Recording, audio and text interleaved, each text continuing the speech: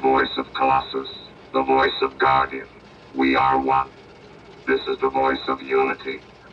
Forbin. Yes.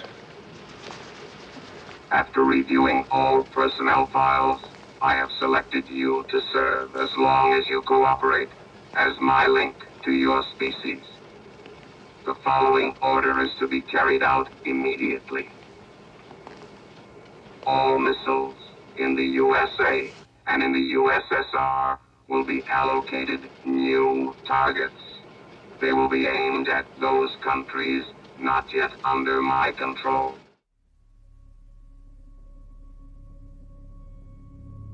My name's Tom Jennings and this is the 24 Frames Cast, and today I'm going to be looking at the 1970 film Colossus, the Forbin Project, directed by Joseph Sargent. Now, to my recollection, the Forbin Project was one of the first, if not the first episode of the 24 Frames Cast that I did almost over a decade now ago, and I was keen to go back to Colossus, the Forbin Project because its relevancy has only grown in recent years. Indeed, it seems to be one of the most important and pertinent questions that we are facing as a society today, which is how do we implement and do we limit the use of AI in our lives? I have had various brushes with AI, and in some respects I found it incredibly helpful. For example, when it comes to just making podcast artwork for this show, I think it does a more than suitable job for making some interesting pictures that I can use to promote and advertise the podcast. But I've also noticed its limitations. I work in a creative industry, in a marketing and design agency, and I have seen an increasing amount of people in my field using AI to essentially do their jobs, and I've found the results to be incredibly flat and boring. Yet there seems to be an acceptance that this type of blandness is actually okay, and I often see reels on social media saying Hollywood is dead, and it will show something like Steve McQueen and Tom Cruise having a fight with Transformers, and I just think how utterly pointless and vapid it is. And I have a fear of AI that it is going to further dumb down what we think acceptable art is in the world. And there is something of an elephant in the room, which is how far AI is going to develop. And could there be a scenario in which AI increasingly encroaches on our liberties and freedoms? And I don't think it is a hyperbolic claim to suggest that this may indeed be conversations that we are having in the future. And I go back to the works of people like Isaac Asimov and films such as 2001, and I think about how AI has transfixed writers and directors through the decades. And when I went back and watched Colossus, the Forbin Project, I felt it was a prime time to revisit this film, and I decided not to re-listen to the podcast I did all those years ago. I dare say it will be very different, and I'm going to once I have finished and completed this episode. And I may even release it as a bonus episode, as something of a companion piece to this, just to see how much my opinion on the film has evolved, and indeed perhaps how my production skills at podcast producing have come on in the subsequent.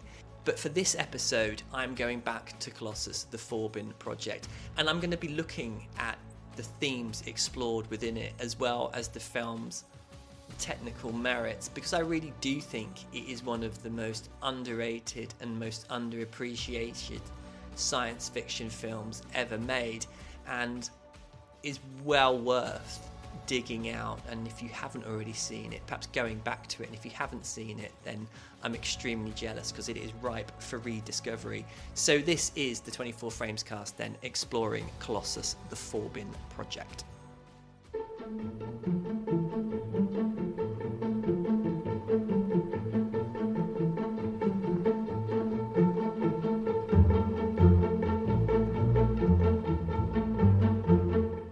fellow citizens of the world.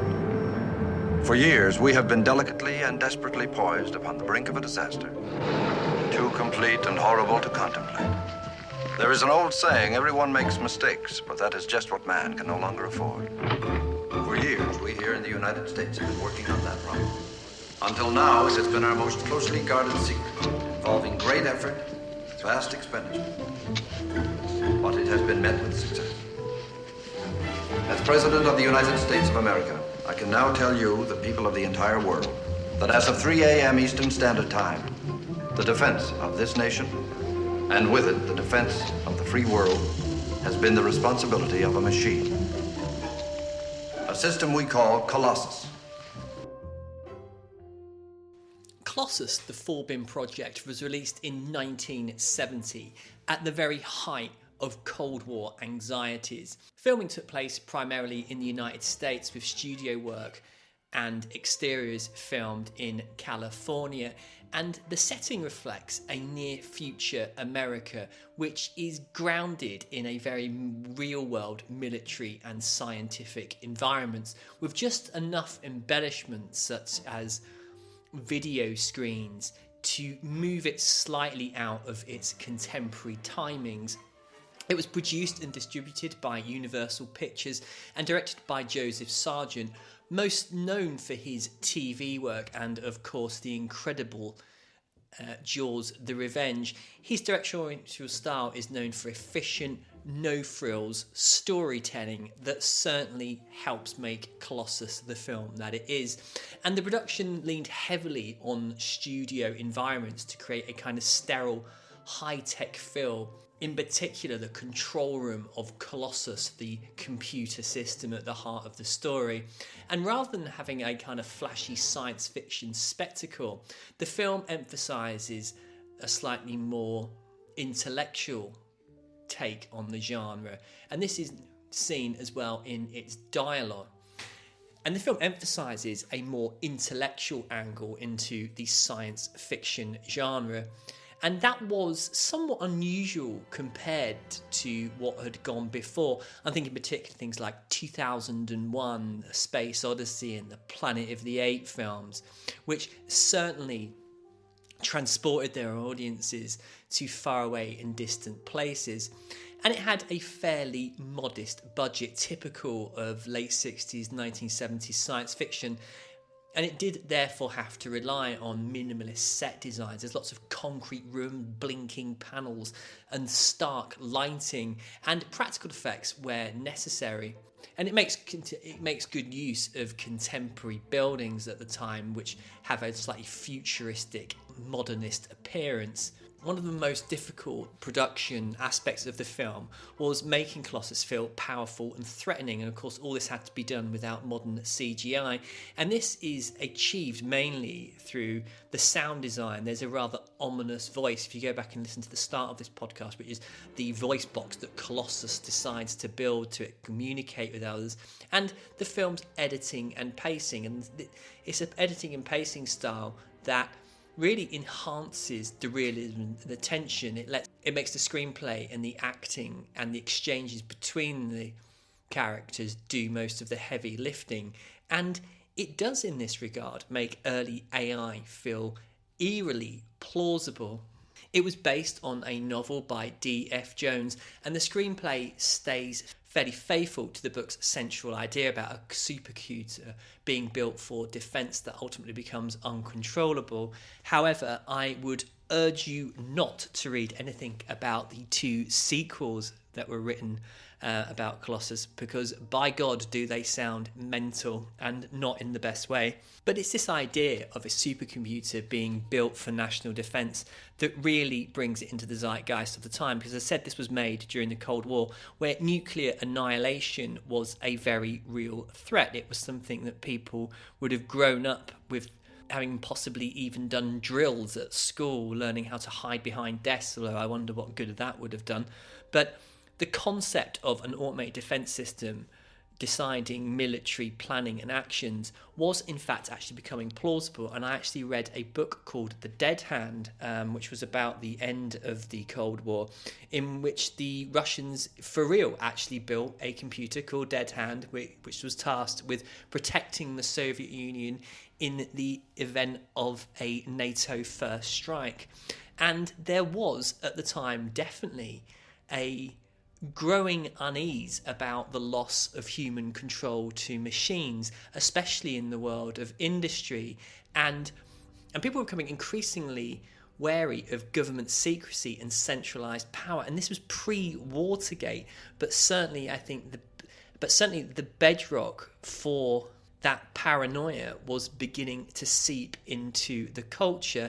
And the film reflects these fears by imagining a system that is designed to protect humanity, ultimately deciding that it needs to rule humanity instead.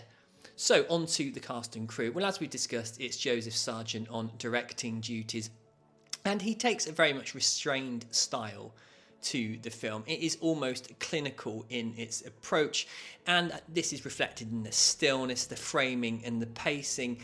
And given the fact that most of the film takes place with enclosed spaces, it does reinforce this idea visually of humans becoming trapped inside a machine they have created. And he wasn't someone who was ever really known for kind of as being an auteur, so to speak. But I would actually say that his approach to the film really does mirror the cold logic of Colossus itself, and he keeps things clear and simple. Everything is grounded, and the premise feels plausible, not particularly fantastical, or it does have some of those moments, as I will get to. It was written by James Bridge, who adapted the novel into the screenplay, and he takes a very much a dialogue-driven and idea-focused approach. This is, I suppose, what you would call hard science, as I have seen the term bandied around now. And instead of expanding action or spectacle, he keeps things fairly tight and centred on the ethical conflict and the human helplessness, and those humans coming to realise that the situation is slipping slowly away from them. And his script gives Colossus that voice, that calm, logical and unemotional type that it takes on. And I can't not believe he was in some way inspired by Hal from the 2001. And in his hands, it plays like a psychological thriller, not just a typical science fiction story. Eric Braeden plays Dr. Charles Forbin, and originally I believe Charlton Heston was going to play Forbin, and on reflection, I think that I can't imagine anyone better in the role. He was a relative unknown, went on to have a successful film and TV career without ever kind of hitting the Hollywood A-list heights, but he didn't overplay the film at all, and there was a kind of gradual shift. He has very much a kind of confidence that these kind of science tech bods have, and then a slight doubt which slowly merges into quiet dread. And I think he does this brilliantly well. You really do get the idea that this is a man who is almost in denial, but also in awe of what he has accomplished with Colossus. And of course it all works to the rather brilliant conclusion. And again, his restraint to not overplay the part mirrors the film's tone, and it makes things almost disturbingly real. Susan Clark plays Dr. Cleo Markham, and she adds a kind of human emotional counterpoint to what is going on.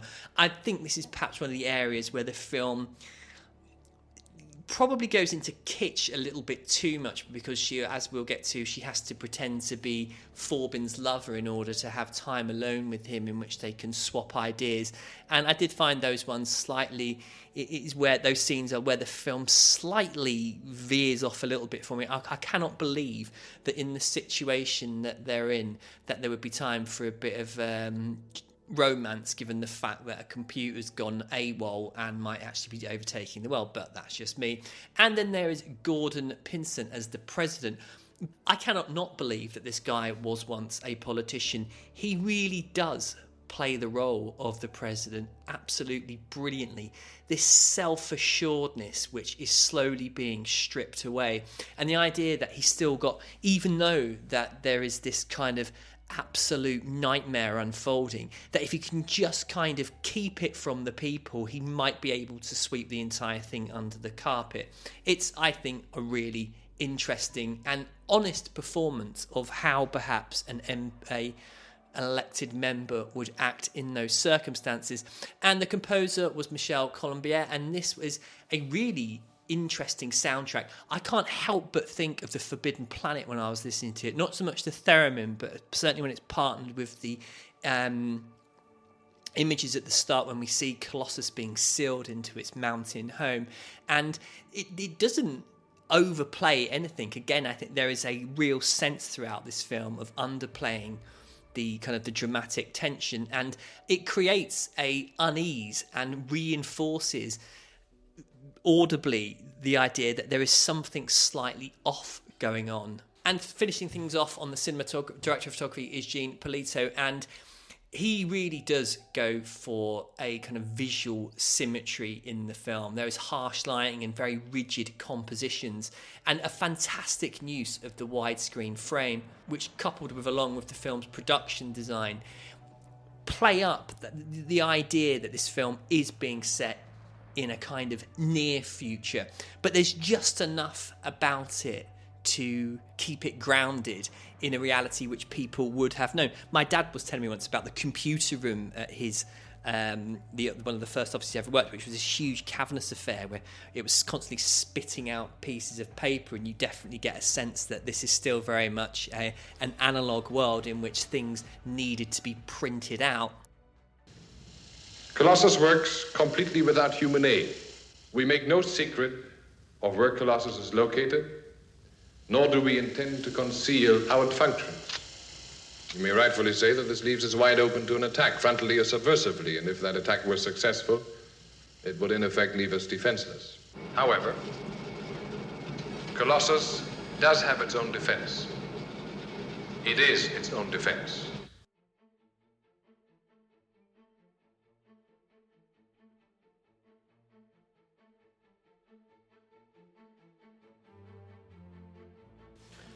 Going back to Colossus after all these years really was an education in how economical film storytelling can be and how effective these can be.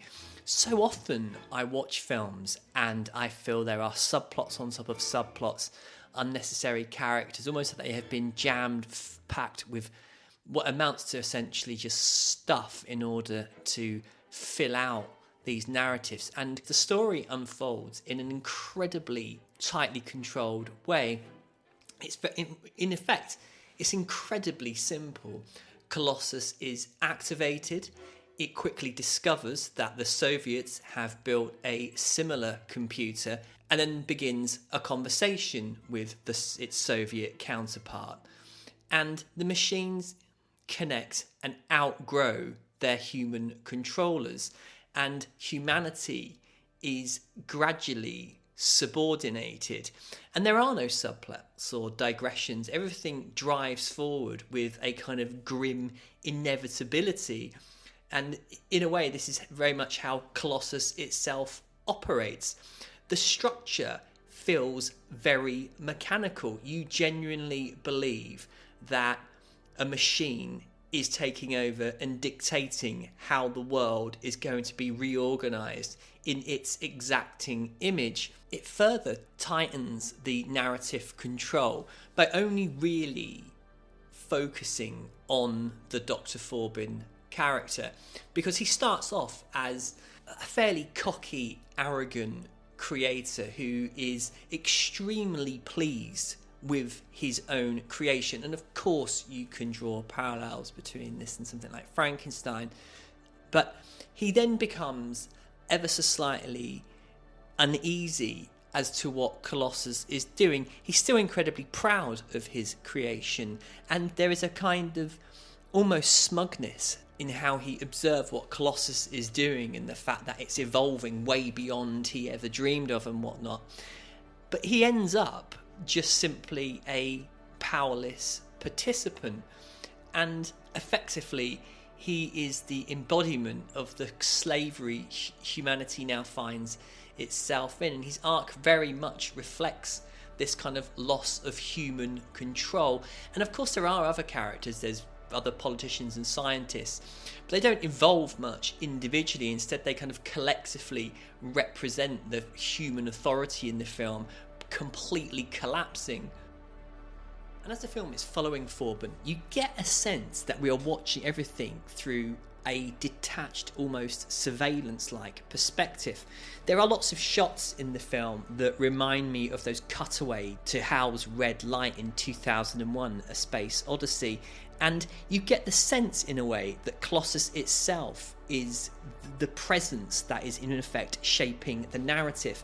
And it is quite disconcerting. It's quite subtle for sure, but the more you watch the film, the more uneasy it becomes. And I think this is really complemented by the cinematography of Jean Polito, because everything, as I said before, is symmetrical and static, and wide shots often dwarf humans in these massive computer spaces.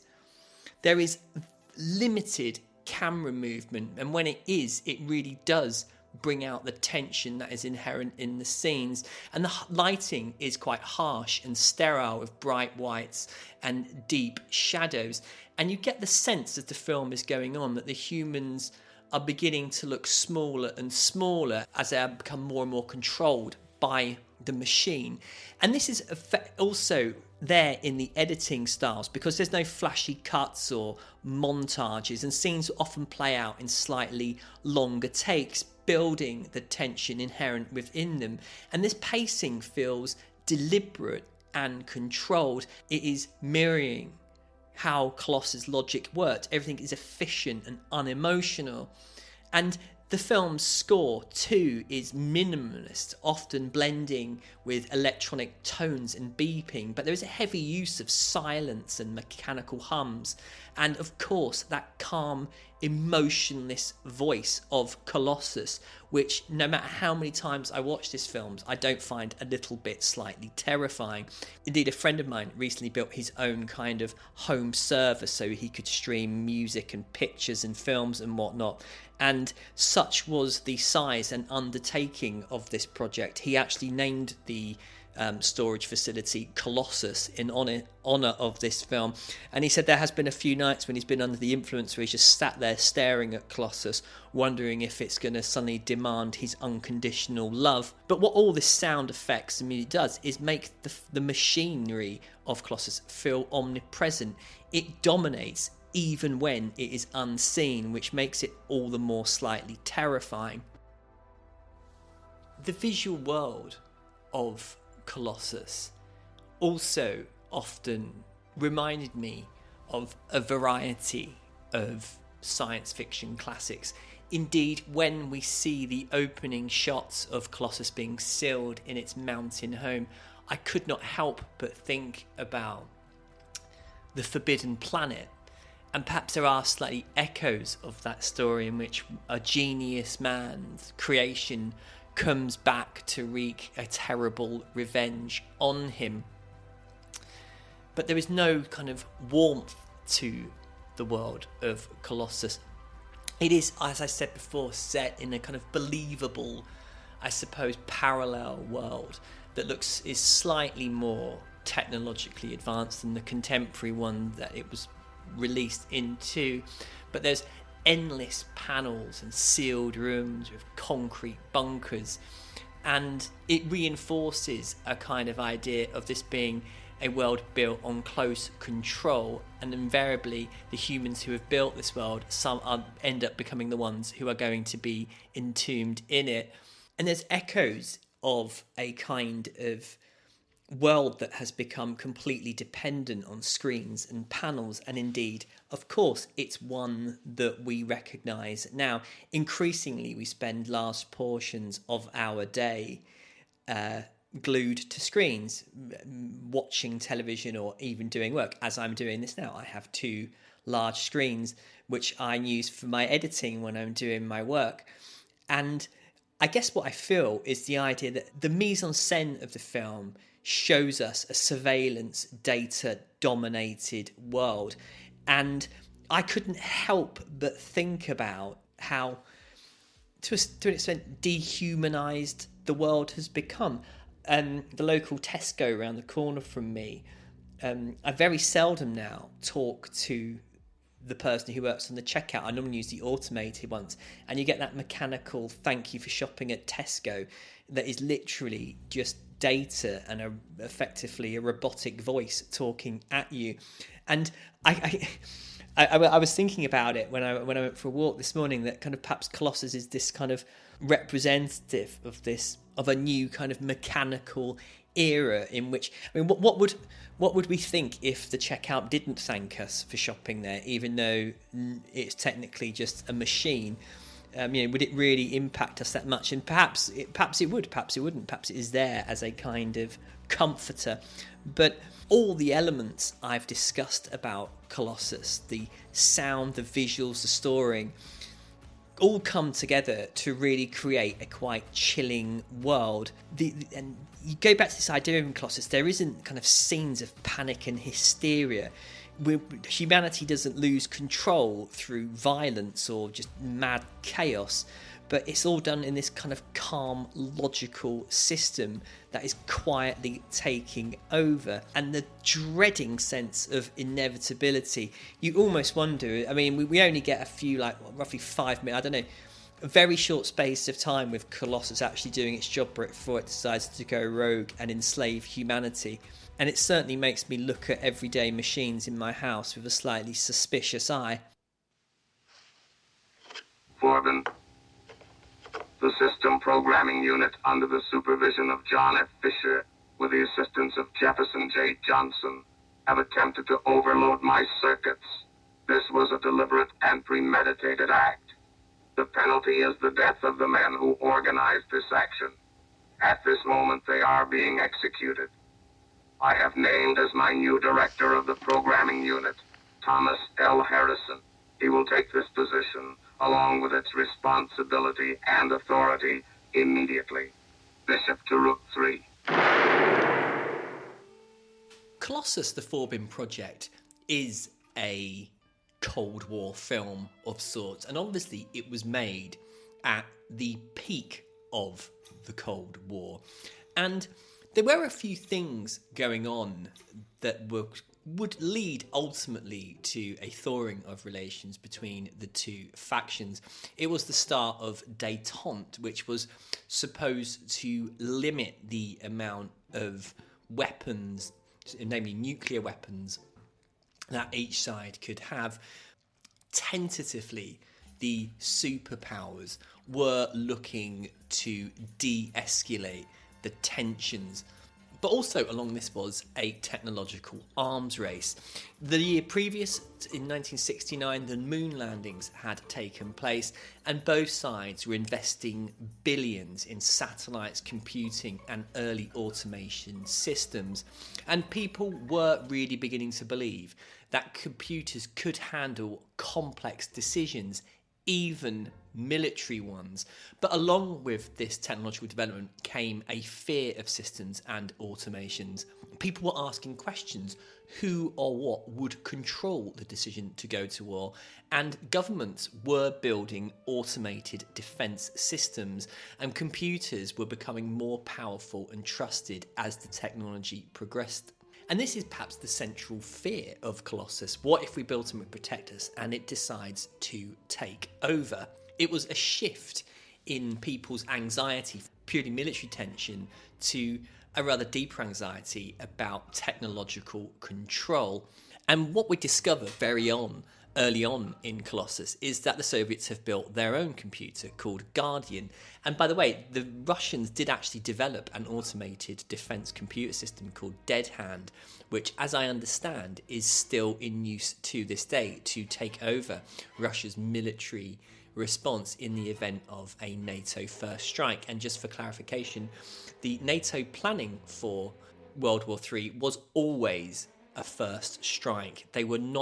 Russia never intended on starting World War III, and this was very much part of the NATO thinking at the time. But what is really interesting about Colossus the Forbin Project is how, when Colossus and Guardian begin to speak, both sides move surprisingly quickly toward cooperation. There is very little hesitation or sense of pride or suspicion in the two's decision to start talking. They don't start pointing the finger at each other. There is some kind of... It's interesting because essentially with the Cold War you have an ideological core to it, which was essentially capitalism versus communism, and there was a complete and total opposition to these two ideologies. But both sides very quickly in the film realise that what they are facing goes beyond political ideologies, because Colossus forces a shift from we are enemies to we are both now equally powerless in this situation. And the real divide isn't East versus West, it becomes human versus the machine. And perhaps, and I might be reaching here, that Colossus the Forbin Project is making a case for peace in the world, because essentially it highlights that the rivalry might seem slightly less fundamental than it actually is, because years of tension collapse almost instantly, and cooperation occurs because both sides are so in fear of what could happen. And perhaps, maybe, that the film is implying that global conflict in some ways is perhaps less important than we actually think compared to deeper existential threats. So, for example, if in the height of I suppose you could make another version of Colossus in a similar theme where an asteroid is heading to Earth and both sides have to overcome their divides to fend off the threat. And if you think about it more, each side would have to open itself up to the other one in order to defeat the threat. And I would imagine that this would happen somewhat easily if both sides were facing certain annihilation. And perhaps also the film is making a subtle critique of these superpowers, because if they cannot control their own systems, their authority dissolves almost immediately, and the film strips away the idea of superpower dominance and perhaps shows us that in these events control lies elsewhere. And I wonder how audiences would have reacted to this, because obviously they would have been used to the concept that nuclear war was just around the corner and that political enemies didn't get much worse than the Soviet bloc. But the film flips this and it says the real danger isn't actually the Soviets, it's the technological faith they have placed in their creation. And it is quite, I think, a radical concept. It decenters the enemy and it suggests that both sides are equally responsible. Indeed, let's imagine that a nuclear war did occur and cause the annihilation of humanity. Would you really, if you were standing over the smouldering wreck of your city, jump for joy that your side had won? No, you'd be absolutely mad at both of them. And the powers that be in Colossus are kind of put into that position where they have no excuse they can make to their peoples. Indeed, the President of America is constantly trying to avoid the truth from coming out, and the Soviets are equally interested in hiding what has happened. And indeed, in one scene, the connection between Colossus and Guardian is cut, and the two machines decide to fire nuclear weapons at both countries in order to blackmail re-establishing contact. And we see the American missile gets through, the Russian one is intercepted, but the American missile annihilates a town, and this is put out on the news as being an asteroid impact, and the one that exploded over America, which was intercepted, I can't remember what the exact rationale is, but the public are not told the truth as what is happening. And it's as if both sides know that if the public was fully aware of what was going on between Colossus and Guardian, their outrage would be universal. And I think it's really important to think about the film in contemporary context. we are on a forward march to AI, and of course we are at the dawn of AI. It obviously plays a part in our life at the moment, but this is going to change radically, hugely in fact, and I don't think as a species we are ready for it. It seems like such a good idea. Indeed, watch Corbin, the Colossus Forbin Project. Everyone is so pleased and comforted by what they have done. But very, very quickly, this turns to catastrophe. And I think there's a very human instinct in the pessimism that we have toward AI. Do I honestly believe that we could be left in a situation where we have a kind of Colossus supercomputer deciding our day-to-day existence? Probably not, if I'm being completely honest. But there could be a kind of mission creep with AI. Perhaps if we were to feed details about human beings into some computer, it would be able to tell society what that person's use would be. Ergo, there would be no point in training a person with this type of IQ to do such and such. These are the types of situations you often hear people talking about AI in, and I, for one, do find that quite scary. I bring you peace. It may be the peace of plenty and content, or the peace of unburied death. The choice is yours. Obey me and live, or disobey and die. There is a recurring shot in Colossus the Forbin Project, which really is quite worthy of note, because we repeatedly see the mountain that contains Colossus shot from a vantage point, and over the course of the film, what's contained within this shot begins to change, because eventually we see that there is an entire visitor centre that has been built around Colossus. And for someone who visits American national parks, it certainly had that kind of vibe to it. And we even see pictures of people wearing Colossus t-shirts. He has his own kind of branding. And it got me thinking as to the relationship between the people and Colossus, because I think the film is suggesting that humans could very easily be seduced by a figure, by an entity like Colossus, one that is all-knowing and seemingly acting within your best interest and humanity in general.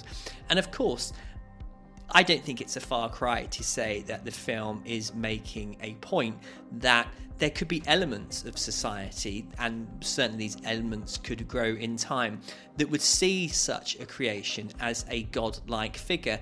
And indeed, Colossus itself has these type of designs. Its intention is to save mankind from itself, to provide every need that it may require. And I think it's a really interesting idea, because that is definitely something that I could see.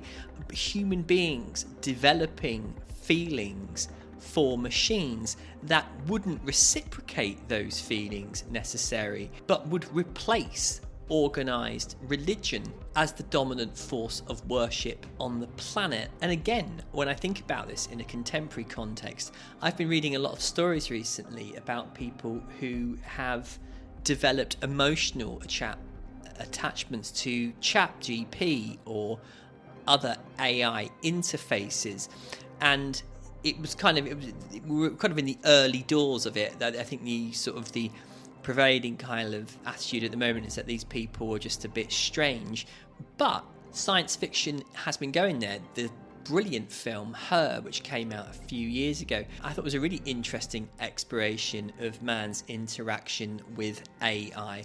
And if an all-powerful machine could cure all your ailments, could save your dying child, to eradicate any form of want in your life, would you, how quickly would you surrender the freedoms that you pretend to hold so dear? My father is currently nearing the end of his life. He has advanced Parkinson's disease and dementia, and his life quality is frankly horrendous. No political party on this planet is going to save him, but let's say for argument's sake that a supercomputer like Colossus built itself and was able to provide him with a cure for his illness and restore him back to some semblance of fit and healthy. It would be very hard, I don't think, to look at this machine as being a saviour. I think it'd be, in fact, I think it'd be an incredibly natural thing to do. And we are going to see these types of improvements coming in our lifetime. And I believe that the film is saying something very honest about humankind, that in this situation, it wouldn't be out of the extraordinary to side with something like Colossus, and you could even possibly justify it by saying that as this was a human creation, it was only a reflection of what we have wanted all along. But there's another aspect as well, I think, to the human-machine relationship in Colossus that's quite interesting, which is the way in which Colossus treats Forbin. He is incredibly possessive of the Doctor. He must know that as his creator, he is also the one who is able to... He's also possibly his greatest nemesis. Yet Colossus seemingly can never bring himself to get rid of Forbin. And although his voice is automated, there is a sense, I believe, that Colossus has an extremely disturbing relationship with him. I think he is jealous of Forbin in many ways. He cannot let him go in a weird sense because he knows that he is his creator. It would be too much to get rid of him, and therefore wants him, and also wants him all to himself. There is a jealousy, I think, in the way Colossus behaves towards him, an unhealthy relationship to a degree between AI and human, which certainly isn't reciprocated on the part of Forbin, but Colossus definitely, but Forbin is as close to anything as Colossus to have as a figure with whom he can love. And when I watch this film, I always wonder if the reason why Colossus keeps Forbin is because on some level he wants to hear Forbin mutter the words "I love you," which he demands at the end. We will work together, unwillingly at first on your part, but that will pass.